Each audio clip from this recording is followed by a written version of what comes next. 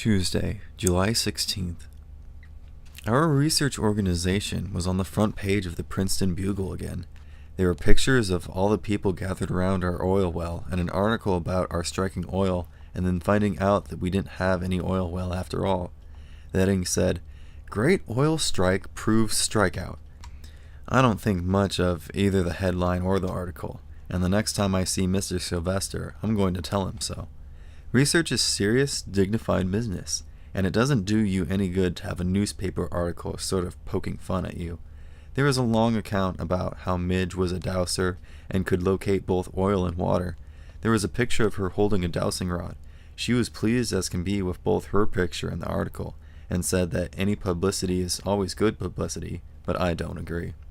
It's just as well that we haven't caught that white rabbit that her name isn't part of the firm's name. We got 265 gallons of oil out of the tank. There was a little bit more than that, but the bottom was thick with sludge and Mr. Glass didn't think he'd better try using it. We pumped it up out of the tank by hand and into a 55-gallon steel drum, which we carried in the cart behind Uncle Al's garden tractor. It took us 3 days to get all the oil out, but it was worth it. Today we got a check from Mr. Glass for $39.75. We had another $5.30, which we've made so far from the worms and pigeons, so we kept $5.05 cash and put $40 in the bank in Princeton. Aunt Mabel went in to do some shopping right after lunch, so Midge and I went along and opened the account.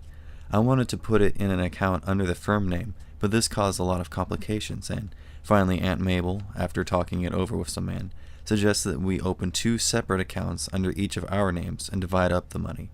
Teller said, "Oh, you 2 kids are who drilled the oil well, aren't you?" and looked at us though we were something out of a zoo.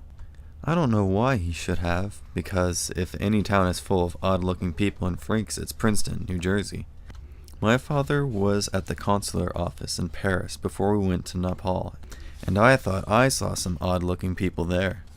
They don't compare with Princeton. Professors wearing shorts pedal down the street on English bicycles with their beards waving out behind them, and nobody even bothers to turn around. Midge and I have hit an old oil tank, and I thought we had an oil well, but at least we look fairly normal.